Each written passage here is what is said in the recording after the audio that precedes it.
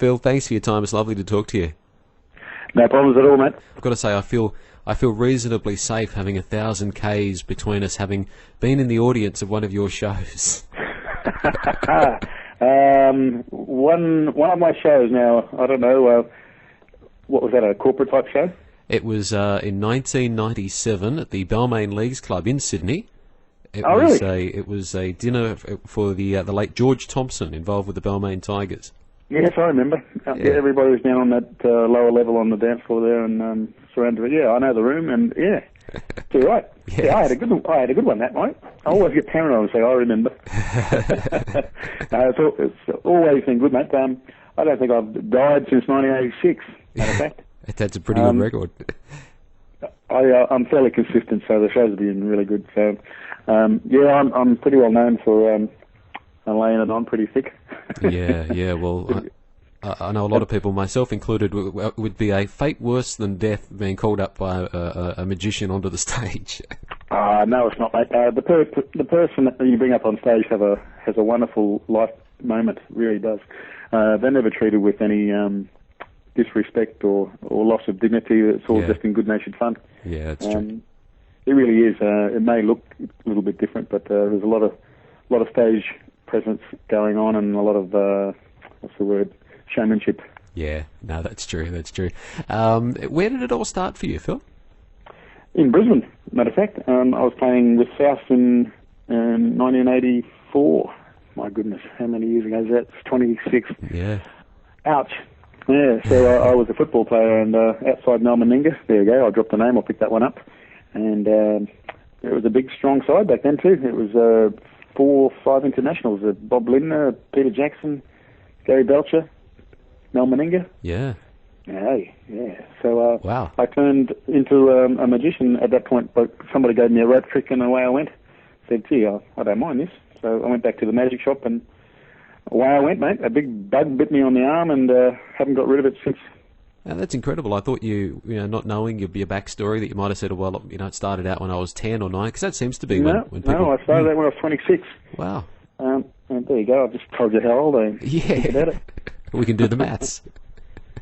But when did it actually, when did you think to yourself, I can make a career out of this? About 1 year after I started, which was 1982, or I think it was, in December 82. And then about a year later I went busking in the mall down in Brisbane, in Queen Street. Yep. And my first night I picked up $99.20, I think it was, for about an hour's work. Not bad. Back in 1984, for something that you were just doing it as a hobby. I said, this is pretty good, this. So I really went back to the magic shop that was in Piccadilly Arcade down there, and I ended up buying the shop, actually, in 1986. I had a restaurant called Houdini's in Elizabeth Street, and lost a bit of money on that. Yep. It was downstairs underneath, and you couldn't see what was down there, so people were a bit frightened to go down, but all the people who like magic went down there, but can't make a living out of that. No, that's right. Yeah. So so I really had a big bug bite me, buddy, and seriously injured, actually. Yeah. I've been working so hard for the last 20 odd years. Look, we can't obviously get you to give away your magic tricks, but well, you know why the magicians keep their secrets, don't you? Why is that? You know, we don't keep the secrets from you. You know, we keep them for you. Yeah, that's true. You don't want to lose the magic. That's the one, mate. But how much of what you do is developed by yourself? And I mean, where do you get these tricks? Well, there's just like singer and a songwriter. There's two types of styles of magician. One is you can write the stuff or think it up, and then you sell it to magicians who perform it. Yep. Another one is a performer who needs to buy the stuff, or a performer who can actually think it up himself, which is the best of both worlds. So you can either be singer, songwriter, or you can do both. So whatever God has given you, that's what you end up with. So in the magic world, if I can't think of anything, I look on the black market, so to speak, the magician's black market, and we say, okay, well, that's an effect that I think could match my character and my personality, and you buy it. Aside from seeing you Sorry, Phil. I was just going to say, aside from seeing you live just once, when I was absolutely astounded by what you're able to do, and just how funny that you are. I mean, I've watched some of your videos on of course, the Footy Show and online. Sure. There must be an awful lot of practice involved. Well, when it looks easy, you know you've mastered it. And when you see a bad performance, you know that it's not mastered in any way, shape or form. So it takes a lot of practice, and it's like any entertainer. It takes a lot of skill and a lot of stage time to make it look perfect. Yeah. You know what I'm saying? But you never are perfect. It's just that you strive to be perfect, and you continually learn from one day to the next. And yeah, it's certainly the school of experience is what helps you. Are there pre-show nerves for you? I mean, always, mate. Yeah. Because if you don't have those, you don't do a good one. I don't anyway. It's just like a race at high school or for athletics. You've got to have a nervous one before you go on. But there are some. There are some variables that the crowd can make a difference, and if you do have audience participation, that could make a difference as to who you get out of the audience. Oh yeah, absolutely, and that's another skill that you learn too. Is that if you made enough mistakes, you know not to repeat them, and you are dependent on a lot of variables, and in particularly in the corporate world, you've got to try and make that the environment that you're working in suit your type of show. So, for example, I won't ever work in front of a big dance floor. So if you've got a big square dance floor right in front of you, I'm entertaining nobody. Yeah. So one of my prerequisites is that I don't have a dance floor in front. So I send the client a drawing of how to set it up in such a way that you can have a dance floor and a band, and also the awards and the speeches and my performance on a smaller stage on the long side of the room, and the dancing and all that is down on the short end. You know. So there's ways around it. And that way you create the environment that you want to work in. Do you find that the audiences? I mean, it's a wonderful escape, isn't it, for them? Everyone turns back into a kid when a show like yours is on. We want to believe, and it must be a wonderful feeling to wow us. I guess so. Yeah, I guess so. I do have a stage persona that I try to take the audience on a roller coaster ride, and I don't quite know where I'm coming from early, and then all of a sudden there's a conflict, and then there's a resolution.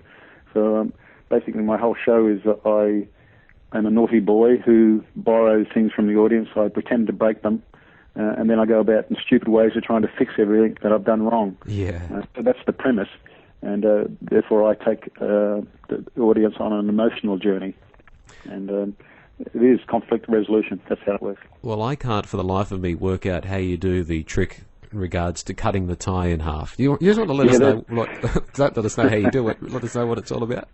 Yeah, it's a beauty, that routine, and it's my signature. Is that a word? Signature piece. Signature piece. Yeah. I'm known for doing that particular routine. Out of all the magicians that are around, I'm well known for doing that, and it's a terrific illusion. And once again, it's an emotional experience. So, if you can imagine somebody walking up to you and cutting your tie off, you do get a reaction, don't you? Yeah, you do. Especially if they just got it for a birthday present or something. That's where you're dependent on the type of person that you get out of the audience as well. So you don't want to pick a big bikey look, but some of those can be good too. It just depends on the environment you're working in, what type of expectations the audience has, whether it's a black tie function, whether it's a beer garden type of crowd, or is it a comedy club crowd. You know, it's all those variables. You just got to play it as you see it. It's a wonderful illusion, because the tie is literally cut in half, and then 5 minutes later... So it looks, yeah. It's back. So it looks. Okay. All right. All right. Well, that's absolutely incredible. If any of our audience haven't actually seen you live, they should jump online and watch some of the videos, especially on your website. And I think that'd be there is. It's philcass.com, philcass.com, and there's also on YouTube. If you go to YouTube, you can just put in Phil Cass, and up it'll come. There's all different sort of clips there. There's some old ones on YouTube as well, for me doing a peering elephant and motorbikes vanishing and all that sort of stuff, if you're interested in the older footage when I'm younger. Phil, is a half wider and a bit more hair. Yeah, well, didn't we all? Is there rivalry among magicians, or do you generally work together pretty well? Generally, we work pretty well, mate. I try to float above all the petty jealousies and all that sort of stuff that people tend to have, but I just do my thing and away I go. I think there's a camaraderie everywhere in the world, magicians. I mean, I can go to any city in any part of the world and look up a magician, and he'll give me his bed. Not his bed, but give me a roof over, give me a roof over his head. You know, so we've got that common factor that it's like an international brotherhood, basically. Yeah, but you know, it's just like any industry, whether it be acting or whether it be music. There's all those petty jealousies that go on, but it's only temporary, and you just learn to float above it, mate. Yeah, exactly. You often come to Brisbane. What's the best opportunity for our audience to come and see a Phil Cash show? Yeah, it's a bit tough because I'm basically known as a corporate entertainer, and that means I do private shows for corporations, and you know, like when they have a conference, an after dinner type of thing, or an awards night, or a sporting function, or something like that, and they need entertainment. That's what I do all the time. I do about 100 and something shows a year, and depending on which year, sometimes 150, sometimes 200, sometimes 100. It just depends on the economy, really. Yeah, and this very last year was a tough year for everybody, really, because we're a luxury item. So, and then the first things to go is the entertainment if you're going to have a function. Yeah. Then it's the centerpieces. Yeah. But I mean, you know, the little flowers and whatnot they have on the table. But so to answer your question, it's a bit tough because I do all private shows. When I was on the Footy Show a lot back in the years 2000 to 2004, I used to go touring up through Queensland a lot, and unfortunately I haven't done that for about 5 years now. So I guess I should end up doing it, shouldn't I? Yeah, I should definitely. just say that. I'll go and do that. Yeah, that'd be good. Go for a tour up the Queensland coast. Because I'm an ex-Queenslander, you know that, don't you? I do, that's right, yeah. I was born in Toowoomba. Toowoomba, yep. Toowoomba boy, yeah. I think Gina Jeffries was too. Oh, yeah, really. There's been a lot of great Australians that come out of Toowoomba. Jeffrey Rush comes to mind. Yeah, that's true. Absolutely. Well, we all want to get out of there, though. If a boss, oh yeah, in the morning it sure is. Yeah. Phil, if there was a boss, you know, a company boss listening that might think, hey, it'd be good to get this guy out to get the troops together. We've come out of the global meltdown, so get all the troops together. We'll have a fun night with Phil Cass. What's the best way to get in contact? It's just straight on my website, mate. Or you can ring me on my home number if you want to. But the website's the easiest. I'm off to Egypt tomorrow, actually. Oh, okay. And, so I'm on a cruise ship. That's the other thing I do a lot is cruise ships. Cruise ships. So I'm, I pick and choose where I want to work, basically, with Test Line and P&O. And I'm off to Egypt, and I'm doing the part of the Dawn Princess World Cruise. So I'm doing Mumbai to Egypt. That's my little leg. It's a pretty tough life. I'm looking forward to that one. I haven't been to Egypt yet. It's got my camera ready. I was going to say it's a pretty tough life, isn't it? To have such a I'm one of the lucky ones, really. To get so well paid and to have such a great time while you're working, it's just it's too good. It's just I'm really lucky in that way, and I thank my lucky stars every day, mate. Really. Well, I think about the amount of joy that you brought to that audience that I was in 13 years ago. It was a wonderful night, and it must be a wonderful feeling to know that you make people as happy as you did on that night. Good on you, Phil. Sure is, mate. It's an instant satisfaction for me, and I immediately feel great. That's if you do a good one, and it's a real flash if you do an ordinary one. But I haven't done, as I was saying before, I haven't done an ordinary one for a long, long time. But you just get better and better at what you do, as you would expect.